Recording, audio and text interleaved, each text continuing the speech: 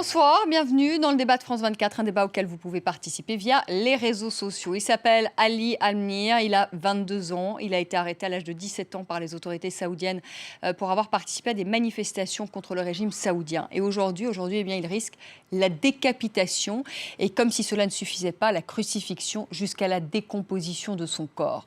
Cette Arabie saoudite-là est aujourd'hui à la tête du Conseil consultatif des droits de l'homme de l'ONU. Quelle crédibilité donner encore à cet organe de l'ONU ? Comment expliquer ce paradoxe? Pourquoi ce demi-silence des Occidentaux? Et faut-il prendre nos distances avec cet allié saoudien? Eh bien, nous allons poser toutes ces questions à nos invités, à vous, Nathalie Goulet. Bonsoir. Merci d'être avec nous. Vous êtes sénatrice UDI de l'Orne, présidente du groupe France Pays du Golfe, et c'est ce qui nous intéresse ce soir. Et vous êtes par ailleurs membre de la Commission des Affaires étrangères. Avec nous, Raphaël Chenulazan. Bonsoir. Vous êtes directeur général d'Ensemble contre la peine de mort. Alors, avant de commencer ce débat, on va écouter, si vous le voulez bien, François Hollande, donc, qui s'est exprimé sur le cas d'Ali Al-Nimr. Je demande à l'Arabie saoudite de renoncer à l'exécution du jeune Ali Mohamed Al-Nimr. Au nom de ce principe essentiel qui est que la peine de mort doit être abolie et que les exécutions doivent être empêchées. Nathalie Goulet, c'est le service minimum quand même, non ? Ah, c'est un allié encombrant, l'Arabie saoudite, c'est sûr, c'est un allié encombrant. Oui, mais enfin, c'est fait déjà, c'est déjà bien. Ah, vous trouvez ça suffisant? Vous trouvez de dire, nous appelons à ce qu'il n'y ait pas cette exécution, vous trouvez ça suffisant? Mais écoutez, c'est un premier pas. On ne peut pas aujourd'hui demander au président de faire plus. Il est probable. Vous savez, on est avec ces pays dont la marge vers la démocratie est quand même assez grande. On est dans une soft diplomatie. Donc il y a deux options, je veux dire, où on rompt les relations diplomatiques avec l'Arabie saoudite, et pas seulement, parce que, je veux dire, les grandes démocraties ne sont pas les pays qui nous font vivre. Hein. Donc vous venez d'annoncer les chiffres du chômage, si vous voulez qu'ils multiplient par 10, ça va être très vite fait. C'est la réelle politique, donc. Mais c'est aussi la réelle politique. Mais vous savez, vous avez plus de résultats avec ce genre de pays, avec la soft diplomatie, qu'avec un pointage du doigt et avec des sanctions. Ça ne fonctionne pas toujours comme ça. Enfin, des réussites, on rappelle quand même à nos téléspectateurs, réussite de la soft diplomatie. Depuis le mois de janvier, l'Arabie saoudite a décapité 130 personnes. Je ne crois pas qu'on soit... Ça ne fonctionne pas très bien, la soft démocratie par rapport je ne crois pas qu'on soit intervenu sur les droits de l'homme. Je ne crois pas qu'on soit intervenu suffisamment fort sur ce sujet. Moi-même, je suis intervenue au Sénat pour dénoncer... l'appel à candidature de 7 bourreaux il y a quelques mois, puisque l'Arabie saoudite manquait de main-d'œuvre. Il leur fallait 7 bourreaux. Donc je suis intervenue, j'ai posé une question d'actualité au Sénat. On m'a répondu, évidemment, qu'on dénonçait ces pratiques moyenâgeuses. Donc je veux dire, on fait tous notre part de travail, mais personne ne peut adhérer à ce qui se passe en Arabie saoudite aujourd'hui. Il faut que ce soit bien clair. Raphaël Chenulazan, vous êtes satisfait de ces condamnations? Vous dites, comme Nathalie Goulet, finalement, il ne peut pas faire plus, François Hollande? Pas du tout. Moi, je pense que cette soft diplomatie arrive à montre ses limites et elle la montre depuis bien longtemps. Je pense que si les Saoudiens commercent avec nous, ils y trouvent aussi leur compte. Et c'est vrai que l'Arabie saoudite, comme d'autres dans le Golfe ou comme d'autres dans la région, sont des alliés importants. On va citer le Qatar, c'est quand même le deuxième pendant de ce duo infernal que sont l'Arabie saoudite, le Qatar. Ça fait des années que les droits de l'homme sont bafoués dans ces deux pays, en particulier en Arabie saoudite. Oui, c'est peut-être l'Arabie saoudite, enfin bon, il n'y a peut-être pas de degrés à faire, mais quand même, on va quand même les faire, les degrés. L'Arabie saoudite applique la charia au même titre, et il faut le dire, parce qu'on a regardé ça sur des sites, notamment le Washington Post, au même titre que l'Organisation de l'État islamique. Pour moi, c'est la même chose. Pour moi, je l'ai dit encore ce matin dans un communiqué, l'Arabie saoudite, aujourd'hui, dans ses méthodes, est de la même manière que l'État islamique. Ils font les mêmes actions, ils visent les mêmes personnes, les homosexuels, les minorités, les yézidis pour l'État islamique, les chiites pour l'Arabie saoudite, où on peut parler aussi des petites mains comme les Indonésiennes qui travaillent comme femmes de maison, qui sont plus d'1 million et qui sont plus... Alors, dans le Washington Post, c'est une source du Middle East Eye, qui est une organisation non gouvernementale. Ils ont fait justement un comparatif entre l'Organisation de l'État islamique et l'Arabie saoudite. Quand vous êtes femme adultère, mort par lapidation pour l'Arabie saoudite et l'Organisation de l'État islamique. Si vous êtes adultère, sinon marié, sans coup de fouet. Bon, banditisme, amputation des mains et des pieds. Et pour le banditisme, l'Organisation de l'État islamique, c'est-à-dire vol et meurtre, crucifixion, Arabie saoudite, condamnation à mort. C'est la même chose, Nathalie Goulet? Mais de toute façon, même le fait de passer à la crucifixion, c'est bien les mêmes méthodes. Bon, et en plus, il y a quand même une filiation dont on va peut-être pas parler ce soir. Mais moi, je voudrais quand même. On va en parler de cette filiation-ci tout à l'heure. On va quand même en parler. Oh, oui. Moi, je voudrais quand même vous parler de la pratique de la charia. Bon, c'est leur système aujourd'hui. C'est leur système institutionnel, la charia.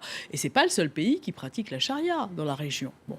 Mais est-ce qu'on devrait encore parler à ces pays-là? C'est là la question. Mais c'est ça. Excusez-moi d'intervenir, mais c'est leur système. Je l'entends souvent, hein, chacun son système, chacun sa justice. À un moment, on est aussi dans un monde mondialisé. Il y a l'ONU, il y a les instances internationales, il y a des pactes internationaux auxquels on doit se référer, surtout que l'Arabie Saoudite les a signés. Je prends l'exemple de notre jeune ami Ali Al-Nimr. Il a été condamné à mort, arrêté à 17 ans. C'était un mineur au moment des faits. Normalement, la Convention pour les droits de l'enfant interdit, convention qu'ils ont ratifiée, interdit d'exécution d'un mineur.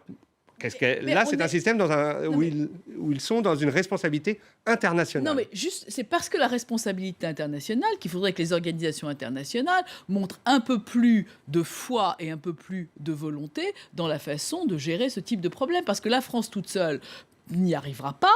En revanche, vous citez les organisations internationales, mais on voit bien qu'elles sont complètement incompétentes, incapables, infoutues de régler un problème. Et c'est bien là qu'on en est, parce que si on supprimait son droit de vote à l'Arabie Saoudite dans nos assemblées internationales, si on prononçait des sanctions, alors comme c'est tellement facile de prononcer des sanctions à l'égard d'autres pays pour violation des règles internationales, ça se passerait peut-être pas comme ça. Non, mais là, c'est mieux, parce que là, pardonnez-moi, on n'est pas au stade de sanctionner l'Arabie Saoudite. On lui donne même la présidence du Conseil constitutif des droits de l'homme, quand même. Non, mais là, c'est quand même, enfin, vous avouerez quand même. Vous parlez de sanctions, Nathalie Goulet, mais là, on parle. On en est loin. Et ce qui est inquiétant, c'est que la sanction, c'est peut-être ce qui arrive à la fin dans tous les débats et dans les boycotts, sanctions. C'est d'abord peut-être commencer à parler de droits de l'homme de manière plus approfondie. C'est-à-dire de pouvoir dire, mais la tête haute, et pas que la France, et ça, je suis tout à fait d'accord avec Nathalie Goulet. C'est-à-dire qu'on est obligé d'être à plusieurs. Bien sûr. Tout seul, on ne peut rien. Mais c'est aussi tout seul, on doit pousser nos amis européens, pousser nos amis américains, pousser les autres instances internationales à dire à l'Arabie Saoudite, nous sommes amis, il n'y a pas de problème, nous pouvons commercer, il n'y a aucun problème. Mais vous, si vous voulez commercer avec nous, si vous voulez faire partie dans le concert des nations, et c'est ce qu'ils veulent quand même. C'est aussi, on fait du commerce avec l'Arabie Saoudite, on est un peu dépendant de ce commerce, mais eux aussi, ils tirent un intérêt. C'est pas dans un sens. Les Saoudiens, ils tirent un intérêt. Donc nous aussi, c'est-à-dire nous, l'ensemble du monde, et pas seulement les Français, devons pouvoir dire aux Saoudiens, OK, on fait du commerce, mais maintenant, il y a quand même des règles. Et les règles sont à minima, et des règles à minima de respect des droits de l'homme. Mais vous voyez bien que les institutions internationales dont vous parlez avec la violation d'un certain nombre de choses, parce que ce procès, en plus, il était complètement inique. Le procès de ce jeune homme mineur s'est passé dans des conditions épouvantables et tout le monde a dénoncé. En fait, c'est une vendetta contre les chiites. Les Saoudiens montrent par ce type de comportement violent et moyenâgeux, même si ça fait insulte au Moyen-Âge, parce que c'est encore pire, qu'ils sont absolument pas susceptibles d'être leaders dans la région, ni ailleurs d'ailleurs. Donc moi, je crois que les institutions internationales devraient quand même réfléchir aussi, et vous avez cité cette nomination au comité consultatif des droits de l'homme, enfin c'est un comité parallèle, mais néanmoins, Donc, extrêmement important, il faut se rendre compte que c'est ce comité qui va nommer les rapporteurs spéciaux. Donc les rapporteurs spéciaux, c'est les experts qui vont donner des rapports. La Libye y était avant. Voilà, qui vont donner des rapports sur les droits de l'homme, sur telle ou telle thématique. Les rapporteurs spéciaux thématiques, dont les exécutions extrajudiciaires, dont le terrorisme, dont plein d'autres sujets des droits de l'homme fondamentaux. Et donc, ces experts sont extrêmement importants, et ces experts vont être nommés par cette commission. Donc, c'est une position pas négligeable. C'est important vraiment de leur mettre... La France a participé à cette nomination? Je ne sais pas. Mais je ne sais pas. La France a participé à cette nomination? Non, parce que je crois que c'est régional. Il y a un tour de rôle de place régionale.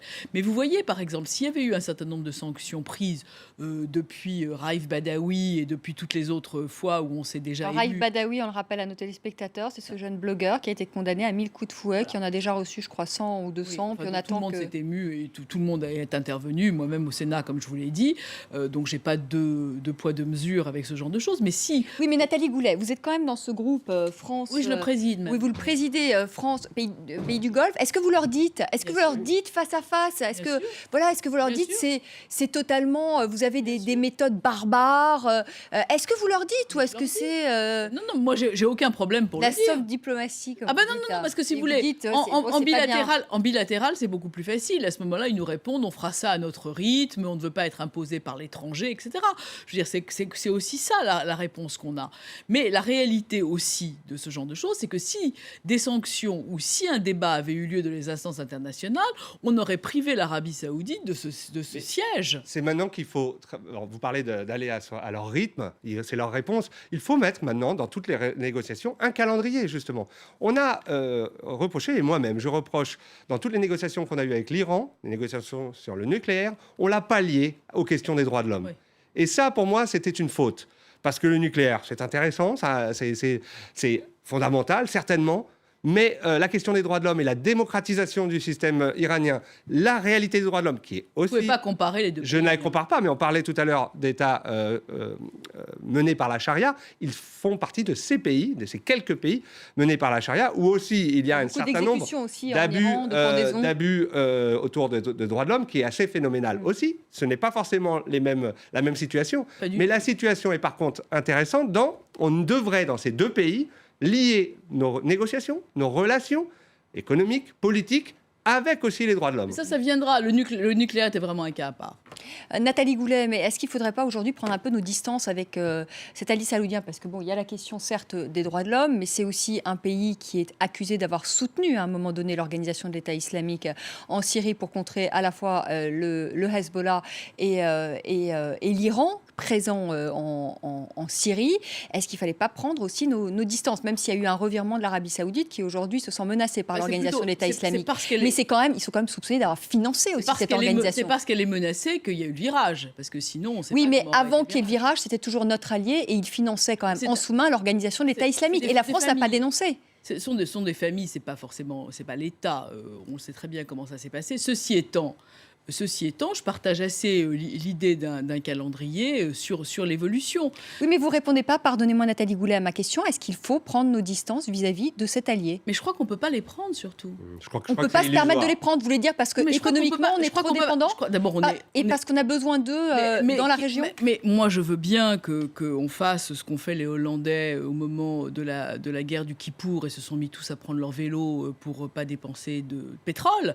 Mais je crains quand même que notre dépendance à l'égard de l'Arabie Saoudite soit telle qu'une rupture serait absolument illusoire et serait absolument contre-productive en plus. Parce que moi, je pense qu'il vaut mieux un dialogue européen construit. Vous me direz que l'Europe n'existe pas, mais il faudrait bien qu'à un moment ou à un autre, parce que la commission Libé au Parlement européen, elle existe quand même, elle a une vraie structure. Bon, moi, je crois qu'à un moment ou à un autre, il faut vraiment que les pays européens se liguent et puissent travailler ensemble pour négocier avec l'Arabie Saoudite, le Qatar, l'Iran et tout ce genre de pays qui ont quand même une marge de progression importante en matière de droits de l'homme, de façon à ce qu'ils aillent certes à leur rythme, mais avec un agenda. Et moi, je pense que ce soit la charia ou la lapidation et ce genre de pratiques sont absolument inacceptables de toute façon. Mais rompre est, à mon sens, une illusion complète. Je crois vraiment qu'il faut rester dans la réalité.